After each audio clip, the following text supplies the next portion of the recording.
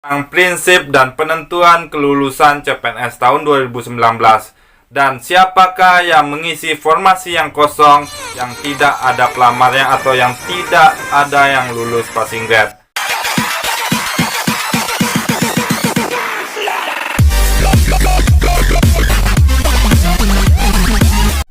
Halo guys, assalamualaikum warahmatullahi wabarakatuh.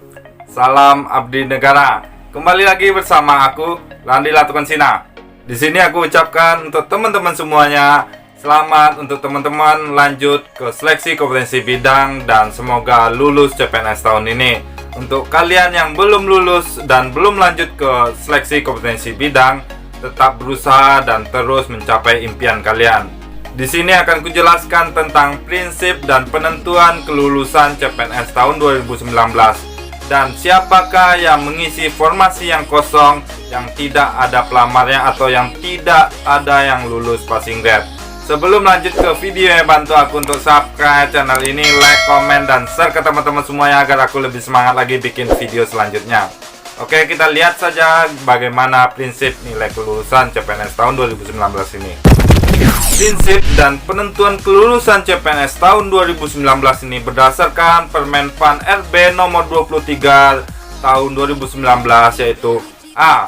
Pertama, prinsip penentuan kelulusan peserta SKD didasarkan pada nilai ambang batas kelulusan passing grade. Untuk yang lanjut ke SKB itu berdasarkan nilai ambang batas dan masuk dari 3 kali kuota formasi yang dibutuhkan.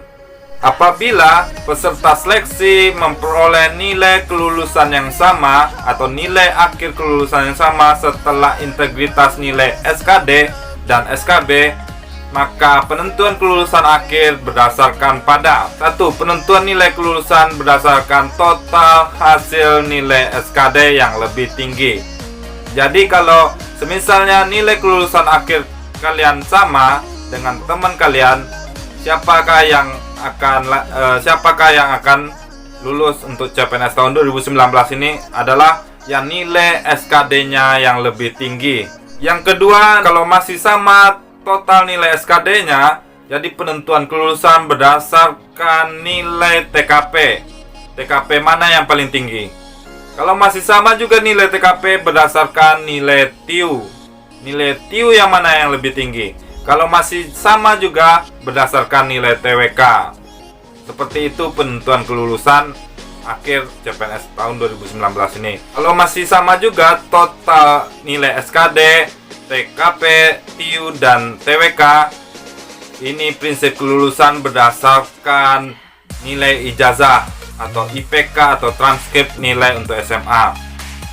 Dan kalau masih sama juga, nilai itu masih sama juga berdasarkan umur yang paling tinggi, oke? Yang lebih tua. Jadi itulah prinsip kelulusan untuk kelulusan akhir untuk menjadi CPNS tahun 2019 ini. Bagaimana formasi yang kosong yang tidak ada sama sekali peserta yang lulus passing grade dan yang tidak ada sama sekali peserta yang lanjut ke SKB, siapakah yang mengisinya?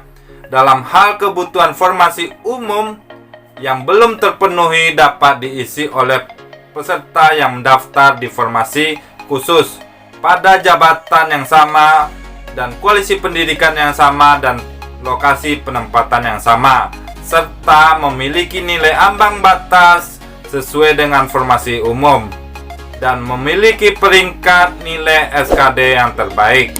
Itulah yang mengisi formasi yang kosong. Atau sebaliknya, kalau formasi khusus yang kosong, siapakah yang mengisinya? Dalam hal kebutuhan formasi khusus yang belum terpenuhi dapat diisi oleh peserta oleh formasi umum pada jabatan, koalisi pendidikan, dan unit penempatan yang sama serta memenuhi nilai ambang batas SKD dan memiliki peringkat nilai SKD yang terbaik. Misalnya seperti ini, ada formasi umum dan formasi khusus dengan jabatan guru kelas dengan koalisi pendidikan PGSD di sekolah A. Dan kalau semisalnya formasi umum ini tidak ada yang lulus passing grade sama sekali, jadi pesertanya kosong, dan formasi khusus ini ada 2 yang lulus passing grade, maka yang 2 itu nanti bisa menduduki formasi umum yang tidak ada sama sekali yang lulus passing grade seperti itu. Dan jika sebaliknya, formasi khusus ini tidak ada yang lulus passing grade sama sekali, maka di formasi yang umum ini semisalnya ada yang lulus passing grade yaitu 3 orang, maka bisa diisi oleh yang 2 orang terbaik bisa mengisi di formasi khusus seperti itu. Kalau semisalnya itu masih kosong juga untuk instansi daerah ini, misalnya formasi umum dan formasi khusus ini masih kosong juga, tidak ada yang lulus sama sekali passing grade di sekolah A ini, dan bisa diisi oleh jabatan yang sama, koalisi pendidikan yang sama, tapi penempatan yang berbeda. Oke, semisalnya penempatannya di sekolah B. Di sekolah B ini banyak yang lulus passing grade, maka nanti yang peringkat terbaik dari sekolah B ini bisa mengisi di formasi di sekolah A yang tidak sama sekali, yang tidak ada yang lulus passing grade seperti itu. Di sini aku perjelas lagi contohnya. Semisalnya ada formasi jabatan guru kelas dengan koalisi pendidikan PGSD di sekolah A. Di sini ada formasi umum dan formasi khusus. Yaitu formasi umum ini tidak ada yang lulus passing grade sama sekali. Sedangkan di formasi khusus ini ada 3 orang yang lulus passing grade. Dan maka nanti kelulusan akhir di peringkat yang kedua di formasi khusus ini bisa mengisi di formasi umum yang kosong ini. Dan begitu sebaliknya, seandainya formasi khusus ini tidak ada yang lulus passing grade, maka formasi khusus ini kosong. Dan formasi umum di sekolah A ini ada 3 orang yang lulus passing grade atau 2 orang yang lulus passing grade, maka yang satunya bisa mengisi di formasi khusus ini. Oke. Kalau semisalnya itu masih kosong juga, maka bisa diambil dari jabatan yang sama, koalisi pendidikan yang sama, tapi unit penempatan yang berbeda. Semisalnya di sekolah A ini masih kosong juga formasi umum dengan jabatan guru kelas dengan koalisi pendidikan PGSD, maka bisa diisi oleh yang jabatan yang sama yaitu guru kelas, yaitu koalisi pendidikan yang sama PGSD di sekolah B. Di sekolah B ini banyak yang lulus passing grade, maka bisa diisi oleh sekolah B yang nilai SKD-nya terbaik. Untuk instansi pusat, khususnya untuk instansi pusat yang melakukan unit penempatan atau lokasi formasi yang sama, pengisian formasi yang belum terpenuhi hanya dapat dilakukan pada formasi yang telah dikelompokkan tersebut seperti itu. Itulah prinsip dan penentuan kelulusan CPNS tahun 2019 ini. Kalau ada pertanyaan tentang seputar CPNS, komentar aja di bawah ini.